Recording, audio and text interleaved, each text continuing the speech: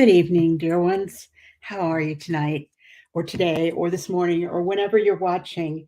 I usually do these snippets in the evening, and I forget that y'all are going to be able to watch them whenever you want because they're recorded.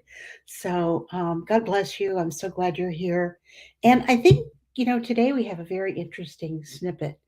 Um, it is from volume 7. So, it's one of the newer snippets. And again, much on my mind recently has really been this horrific, terrible earthquake that took place in Turkey and Syria, and the many, many, many lives that were lost, and you know, cities just destroyed. And this is becoming more and more uh, evident to us. We see this more and more in the news. We see it more and more of literally cities being destroyed and by whatever war, natural disasters, fire, earthquakes, even volcanoes. The the destruction that we see on Earth, either from natural elements or from men themselves, has been quite apparent. And I wanted to read this particular um, reading because in this reading, Jesus really shows Louisa deserted cities and sort of warns her about what is to come and what is coming. And I think, I bring you these kinds of snippets not to be um, inside fear or but I think that we have to, Jesus said to read the signs of the times. And I think we do need to read the signs of the times and pay close attention to them because, very fortunately, in the divine will, we can help mitigate these um, uh, tragedies, these things that are happening through our acts. We may not be able to, or would even want to, completely um, put a stop to them. God knows best. God knows what is good for us. And as I always say, all of these things happen in God's permissive will. He allows them, and so it is for our good. In the long run, it is for our good. So I thought this was interesting. So Louisa is talking here, and she says, I'm going through most bitter days because of almost continuous privations of blessed Jesus. At the most, he makes himself seen in passing, and like a flash, and immediately he hides so very deep within my interior that I cannot even catch sight of him, and always in silence. And I just wanted to mention there that sometimes, I think we all can feel that way, that we catch a glimpse of Jesus in our prayers, in our contemplation, in our reading, in our life. And just like that, it feels like he's gone again because life is coming at us. It's coming at us so hard and fast sometimes, and we see him, and then he's gone, and it's one of the challenges for us to continually try to keep him in some way in our minds and before our eyes.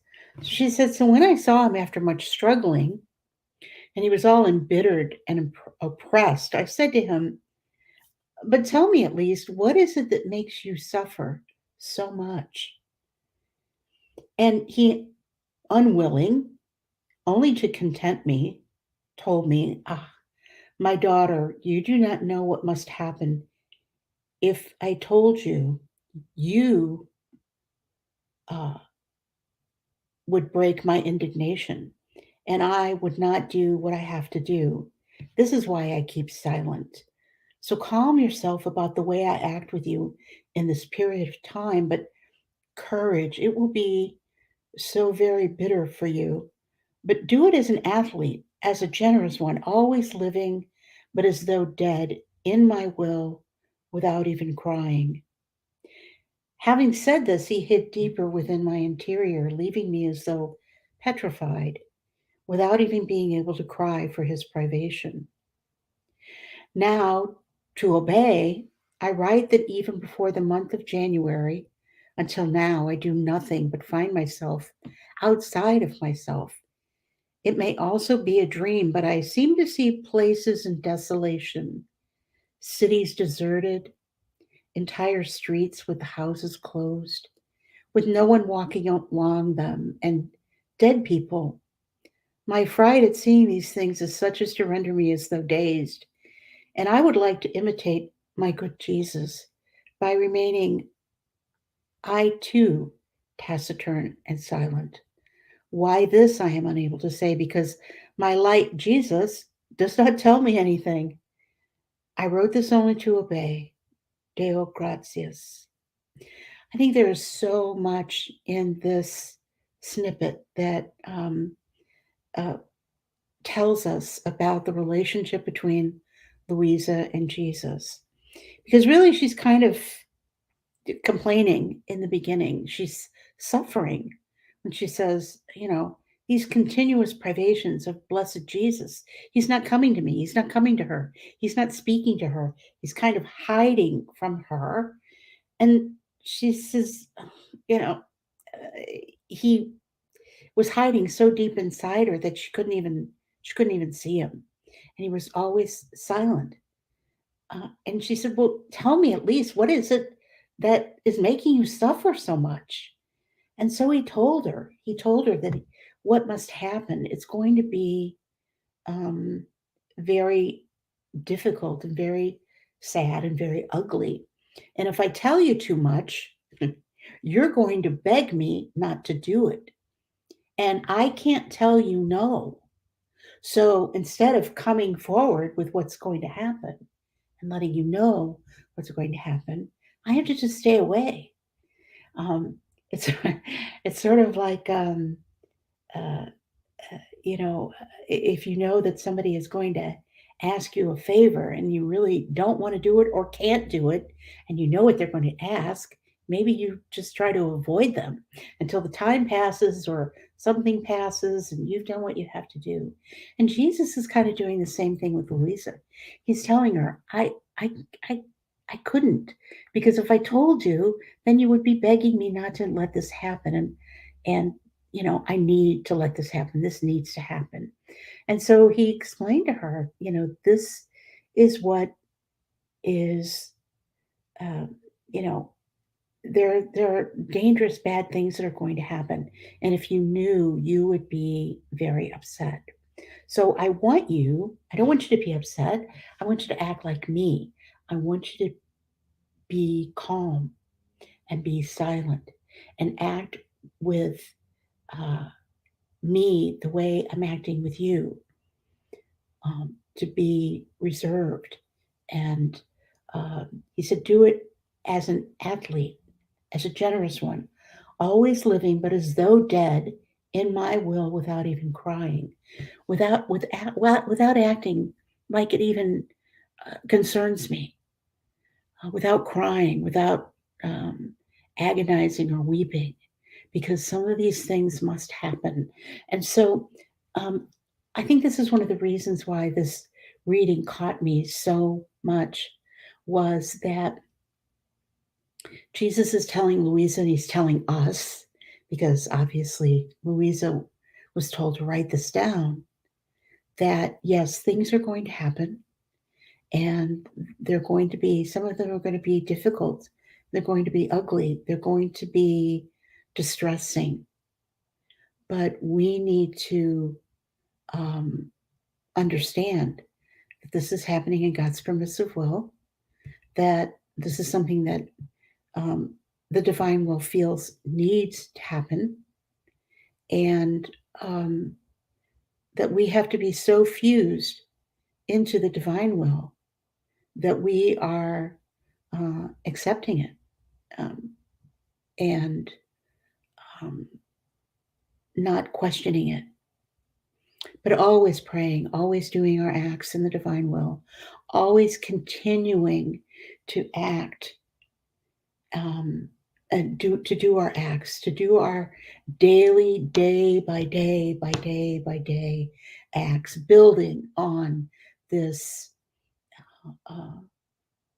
foundation of always offering and doing our acts in the divine will so that God can use those acts. The divine will can actually use these acts, past, present, and future, for others, for graces, for souls.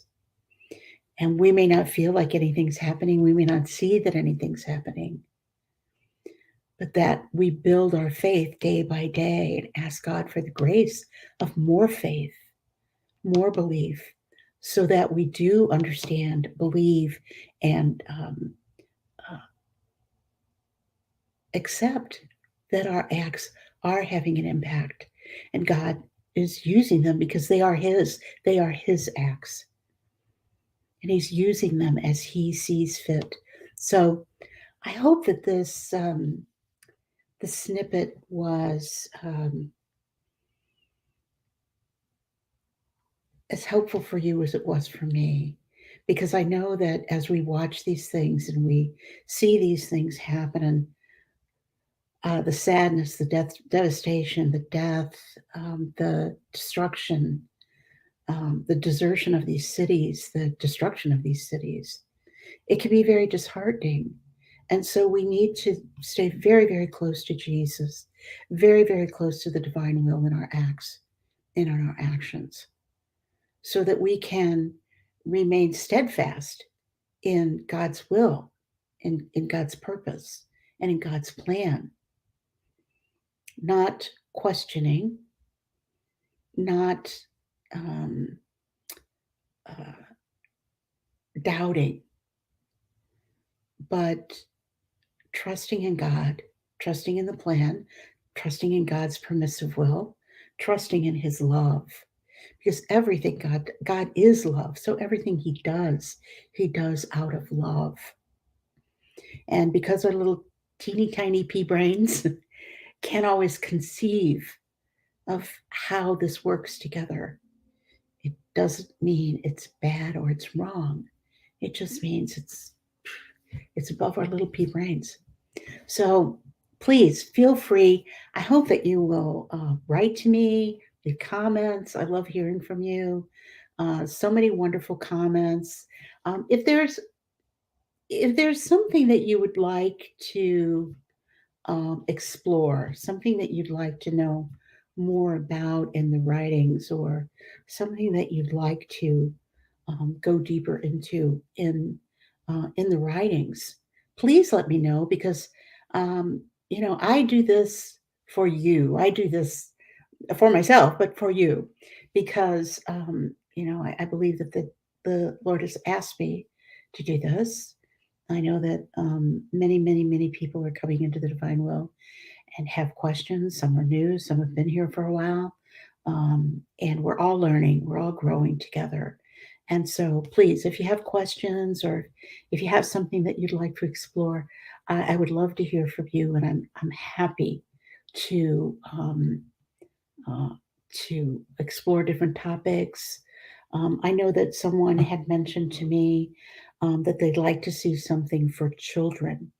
And if this is something that you would like to see for your children, for your grandchildren, to do some kind of, we have the drop series, the new book in the drop series. It's so lovely for children.